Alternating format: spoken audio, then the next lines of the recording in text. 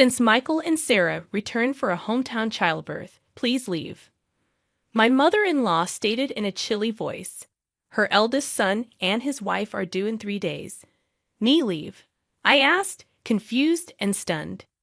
Yes, we don't need another mother figure anymore. You've been redundant for a while now. Michael and his family will be living here, so make sure you're out by tomorrow, she continued. I knew I was never truly accepted into the family since the day I got married.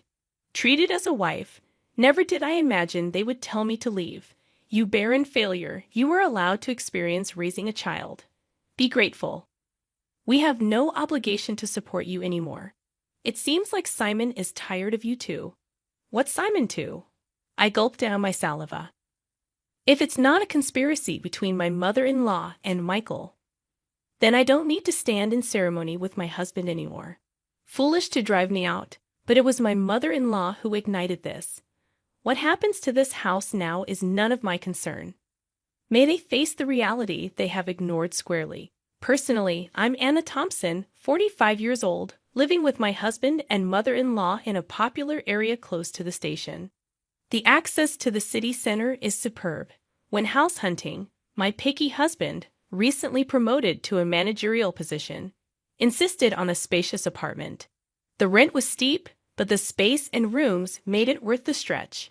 My husband, Simon, 8 years my senior, a divorce I met through a friend's introduction.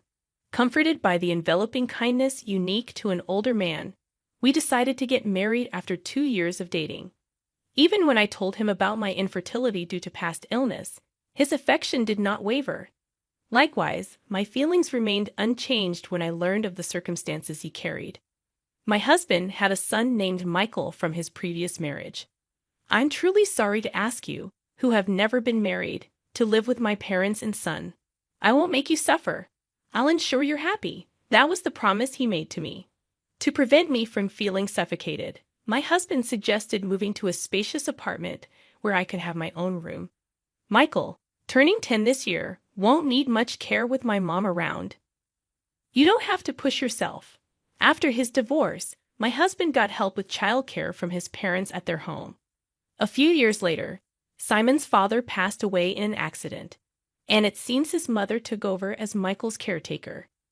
From the first meeting, Michael wouldn't even make eye contact with me. I thought it might be his shy nature, approaching a difficult age, so I didn't worry. As long as they accepted me as a member of the household, I was content. My mother-in-law was a quiet and refined person. When I visited to formally introduce myself after our engagement, she treated me with such politeness that I thought we would get along fine living together. I'll continue to prepare the meals as I have been. Simon comes home late, so it's okay if we eat at different times, right, Anna? I'll leave the cleaning and laundry to you. All right, let's work well together. After getting married, I switched from a full-time employee at the pharmacy to a part-timer due to the division of household chores. I started work a bit later in the morning, so I wouldn't get home until nearly 8 p.m. Dinner was always ready when I arrived, making me feel good about living together. My mother-in-law and Michael usually had dinner before I got home, so I was always eating alone. Even after getting married, I sometimes felt a sense of, is this it? But I came to accept that this was our family style. From the beginning, my mother-in-law never really liked me and didn't consider me part of the family at all. Michael, the school's activity day is before summer, right? When is it? We're all going to see you. Sometime after getting married, I tried to break the ice with Michael, who still hadn't warmed up to me. No, I mean, as Michael faltered, my mother-in-law interjected, "We'll go there. Just Simon and me. Anna, you don't need to worry about it." I misunderstood her words, thinking she was just being considerate. "I can get the day off work. Let's all go together." "You don't need that. You're Simon's wife. And mixed family has always been just Simon and me." I was quite shocked when I brought it up with my husband at night. He said, "Mom's been clinging to Michael. She probably thinks you're trying to take him away. I'll talk to her eventually." I began to join as a mother at the activity day, but Michael and I rarely spent any time together outside of school events. Sometimes I could tell Michael wanted to say something, but my mother-in-law always cut in between us. I later found out that she had been bad-mouthing me to Michael. Anna said she could be happy with Simon if Michael weren't around. She's a terrible person. Dad must be deceived by her too. If a boy in his formative years hears such things, it wouldn't be strange for him to distrust me. It was a sickening story, but at that time, I hadn't imagined that my mother-in-law could do such a thing. After graduating high school, Michael immediately moved in with his girlfriend and left home. As soon as he started college, a year after he started working, he married her without a ceremony. Once Michael moved out, my mother-in-law surprisingly stopped doing housework altogether. Instead, it seemed that picking on me had become her sole entertainment. She stopped cooking, which she used to do before, and now just sits at the dining table waiting for me to come home. Without a moment to sit down, I would stand in the kitchen and prepare dinner. You're really inefficient. At this rate, it'll take you all night. I was never good at cooking, partly because I had always relied on my mother-in-law to prepare the meals. Whenever I did manage to cook, she would taste each dish and invariably complain, "This tastes awful." "I'm sorry, I'm trying my best." "You're astonishingly tone-deaf when it comes to flavors, Anna." "It's a good thing Michael never had to eat this." How terrible. If she thought so, she might as well make it herself. But it seemed she just wanted to complain to me, not just about the meals, but she started nitpicking everything from the cleaning I never used to do to the laundry. "Why are there so many wrinkles on the laundry? You have to vacuum every nook and cranny. You really can't do anything right. Didn't your family teach you anything?" With that, my mother-in-law sighed while looking at me being belittled. Even about my family, I clenched my fists in frustration. "I don't know how you won over Simon, but I can't see much charm in you as a woman." And she always concluded with the same line, "If you hadn't come, Michael would have never left." I understood that there was a gaping hole in her heart since Michael had left. Maybe it was what they call empty nest syndrome. If taking it out on me made her feel better, that's what I told myself to endure it. But her bullying took on new energy after a certain event. That event was the pregnancy announcement from Michael's wife, Sarah. The joy my mother-in-law exhibited was unlike anything I had seen before. "It's Michael's baby. It's bound to be adorable. Yeah, he'll be my first grandchild." Watching the two of them rejoice, I was happy too. But my mother-in-law's excitement was beyond normal, probably because Michael asked her, "Grandma, can Sarah have our baby at your place?"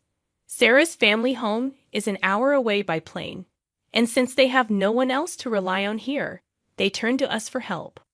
Of course, my mother-in-law wouldn't dream of turning down Michael's request. The phone calls from Michael started to become frequent, and her excitement went through the roof. The next day after getting the news, she started preparing enthusiastically. From cleaning out Michael's room to preparing the bedding and making a list of baby items, it was like she had great-grandchild fever. Naturally, I had to get involved too. When I returned from work, "Anna, I vacuumed Michael's room, so you need to wipe the floors and the windows and please wax them too. This weekend we're going to the department store to look at baby cribs." Cleaning and waxing at night was tough, especially after a long day at work. If I even thought about cutting corners, I'd be told to do it over again. Moreover, my mother-in-law started asking for money, and before I knew it, the house was overflowing with baby stuff. "Anna, I need you to withdraw some money tomorrow. There are things I want to get ready for the baby again. Isn't it wasteful to prepare so much when Sarah and Michael haven't even arrived? Shouldn't we wait and choose together with them?" I had wanted to meet my mother-in-law's requests, but I was troubled by the relentless spending. How can you be so cold? It's Simon's grandchild. Oh, that's right. You're not related to Michael by blood. You don't care, do you? That's not true. Please don't say that. I just thought Sarah might want to pick things out herself. Wouldn't you want to choose things for your own child? Perhaps because I was making a valid point, my mother-in-law glared at me sharply. I immediately thought I had gone too far, but it was too late. Without a word, my mother-in-law went back to her room looking upset. I did reflect on it, but I was also shocked to be spoken about in such a way. regarding Michael. The next morning, my mother-in-law didn't come out of her room, perhaps still angry. Simon had a 3-day business trip starting that day, so he just called out, "I'm leaving," through her door. Please don't throw cold water on Mom's great-grandchild fever. She hasn't been the same since Michael left. You were worried too, right? I was. But if we spend all our money like this, we'll have nothing left when Michael and Sarah arrive, right? Simon's face immediately turned sour. Are you saying my earnings are too low? That's not what I'm saying at all, Simon just said, "Fine," and left with a look of dissatisfaction. Discussions about money always end up like this. Since I'm the one managing our finances, I can't help but think ahead. Of course, there's a reason for that. We've been married for 13 years. Simon has provided me with a very comfortable life. Your part-time income is for you to enjoy. Simon had always told me so. I saved everything beyond what I needed for myself. Even though it's in my name, I consider it our shared property.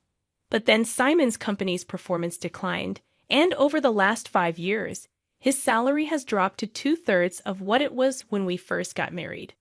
While there's uncertainty whether his company will last until his retirement, he doesn't seem to consider changing jobs. For appearances in front of my mother-in-law, my husband couldn't give up his title as a department head. Now I'm the one paying the rent, and he covers the living expenses.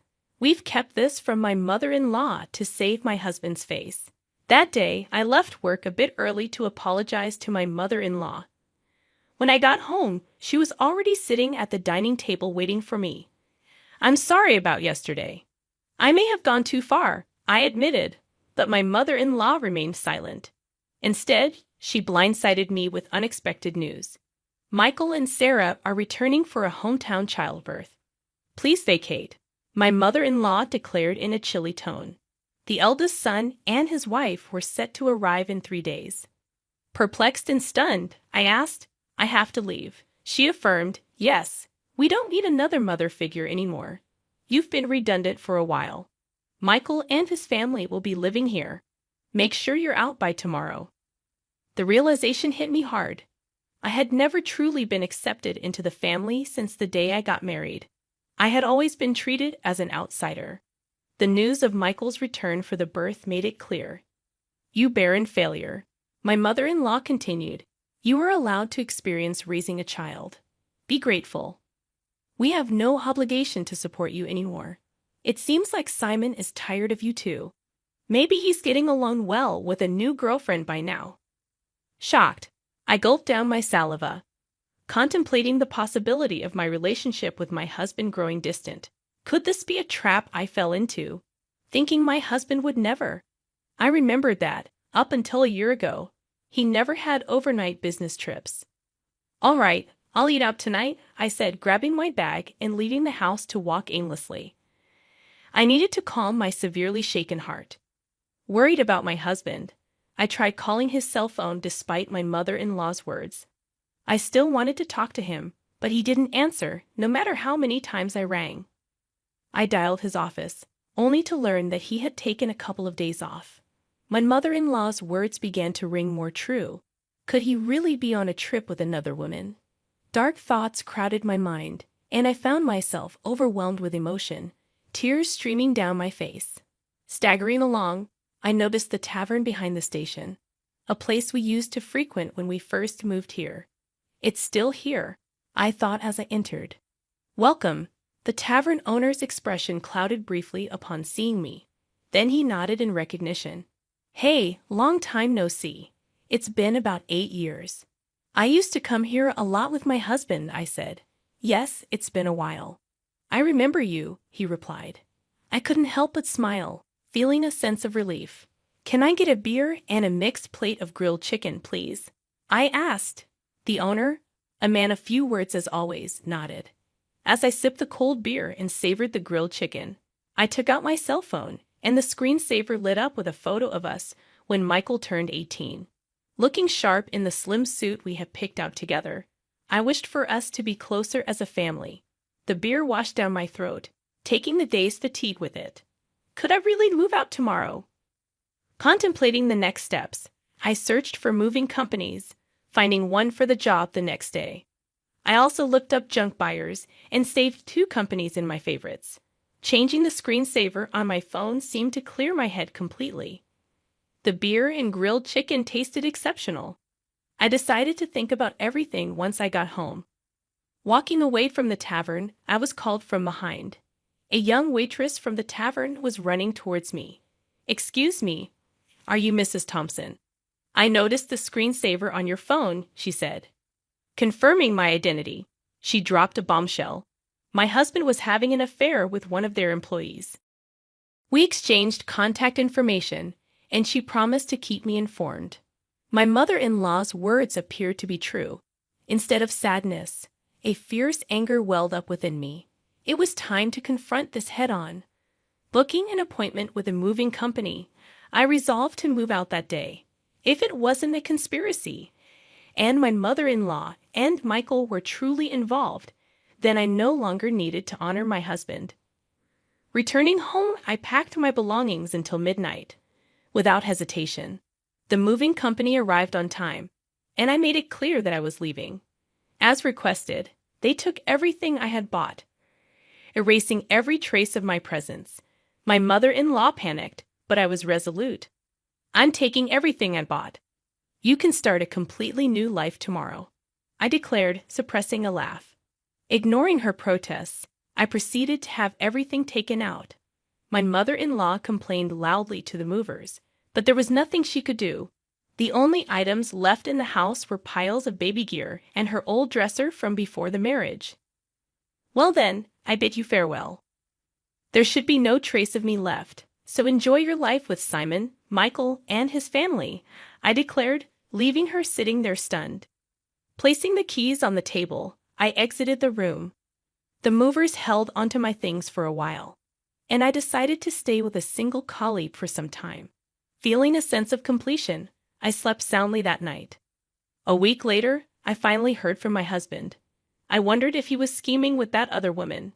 While my husband was dragging his feet, I received a call from the young woman at the tavern. "Got a good shot, so I'll send it to you." In the photo, my husband was chatting up a not-so-young woman at the tavern. Maybe out of a sense of justice, the young woman must have followed them after they closed. There was also a photo attached of the 2 entering a hotel. Even in such times, the cheating continues, I thought, and any last bit of affection I had for my husband dissipated. I asked for the woman's name and had her address looked up. The next day, armed with all the evidence of the affair, my husband called. "Anna, where are you? Michael and his family are here too. Aren't you going to come home soon?" "No, I'm not coming back. Your mom told me to leave. I'm done here. Michael and his family are going to live with you now, right?" I knew it. Michael and his family were out of money and looking to crash at our place. I heard that after graduating from a vocational school, they'd been hopping from job to job, and now they're working part-time. "No. I want you back, Anna. I went to the pharmacy, and they said you're off for a bit. Got a place to crash." "Yeah, I'm fine. So don't worry about me. Your mom and Michael didn't like me, right? I reckon they're happy to have the place to themselves without me around." My snide comment left my husband speechless. He knew his mother and Michael never accepted me as family, but pretended not to see it. "Well, all right. I have something to say, so I'll come back there once," my husband replied with a relieved please in his voice. Days later, I returned to the house for the first time in a long while. Some new pieces of furniture and appliances were inside. When Michael and Sarah saw me, they just nodded from their seats on the sofa without getting up. As I took a seat, my mother-in-law glared at me with a scary look on her face. The atmosphere was tense, and just as I thought to get things done and leave quickly, Michael spoke up. "What are you doing here? You took everything from the house. What kind of monster does that? Dad's been supporting you, and you've had it easy." I sighed. "I took everything because I paid for it. I wanted to remove all traces of me, just as you wanted, right? That's crazy, right? There's no way you could afford all that just working part-time at the pharmacy," my husband said. When I glanced at him, he started talking as if he'd resigned himself. We've been getting by on what Anna and I both make for a little while now.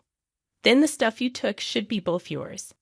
Instead of my speechless husband, I decided to speak up.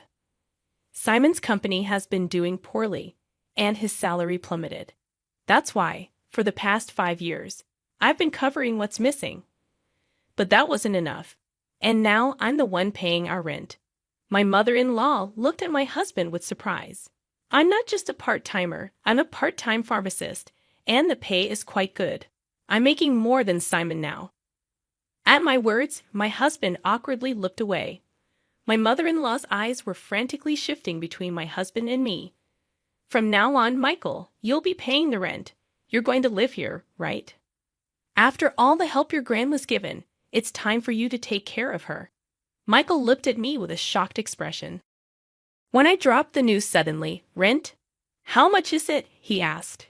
"It's $5,600. Good luck, since it seems my role as a mother is over.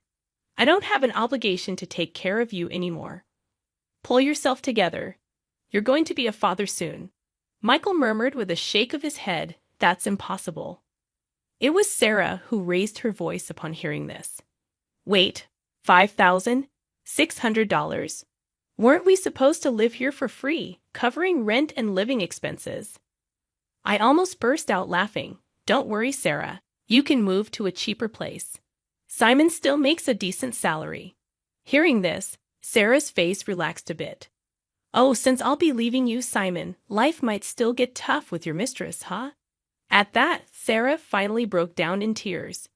It was my husband who panicked. "What? What are you talking about?" Sarah replied, "Oh, your mother told me about the new woman. I guess it's time to end my role as a wife, too. My husband must think there's no evidence. Indeed, it hasn't even been 10 days since I left the house. Wouldn't that hurt Mary if she heard you? Well, I'll get in touch about that later." At the mention of Mary's name, my husband jolted, realizing that I knew everything. He held his head inside. This is not the atmosphere to write a divorce paper. "Well then, I'll be going now. Please talk to me further through a lawyer." Neither my husband Simon nor Michael said anything more, staying silent as I grabbed my bag and stood up. My mother-in-law stood up simultaneously, slamming her hands on the table. She yelled with a voice too strong for an elderly woman, "What the hell? It's all your fault our home is in shambles." I was instantly irritated. "It was you who told me to leave. It was you who said Simon had another woman. And you interfered with my relationship with Michael. Everything was you." I felt a surge of heat in my chest. I regretted not being more assertive with my relationship with Michael, not holding back because of my mother-in-law. "Michael has nothing to do with this. It's time for you to step up, Simon. He's going through a hard time. You should support him as his wife, take responsibility as a family member." What is she even talking about? If she hadn't called Michael back home, if she hadn't hinted at Simon's affair, I would still happily support Simon and this home I always believed in and supported. "Simon, where are you?" "Michael, why are you still here?" It's all her fault. My mother-in-law's lips tightened into a line, and she was trembling. I slipped past the silent mother-in-law and quickly left the room. Afterward, Simon agreed to the divorce rather easily. It seems my determination was strong, and he couldn't counter the evidence of the affair. Shortly after, it seemed like they started the process of moving out of the apartment. In the end, Michael and Sarah went back to their apartment and never lived with the mother-in-law. Simon seems to be considering remarriage, but Mary was furious over the alimony and his request for her to live with his mother. I've heard they're considering whether to place my mother-in-law in a care facility. After all the love she poured into her son and grandson, it's somewhat sad to think they're ready to abandon her now. Perhaps she's served her purpose too.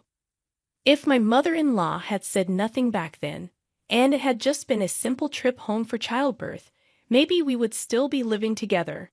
After the divorce, Michael sent me an apology letter.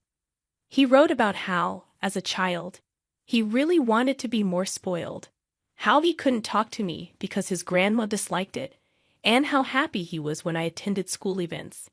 Maybe I should have reached out more, perhaps then. We could have built a different relationship. Even though our relationship has ended, I quietly pray for Michael's happiness in life. I've returned to work as a pharmacist and quickly rented an apartment close to my workplace. I don't feel good about keeping the furniture and appliances I took with me, so I had them all picked up and disposed of by a junk removal service. Life without my mother-in-law's harassment is peaceful and comfortable. For a while, I want to live for my own happiness, not someone else's.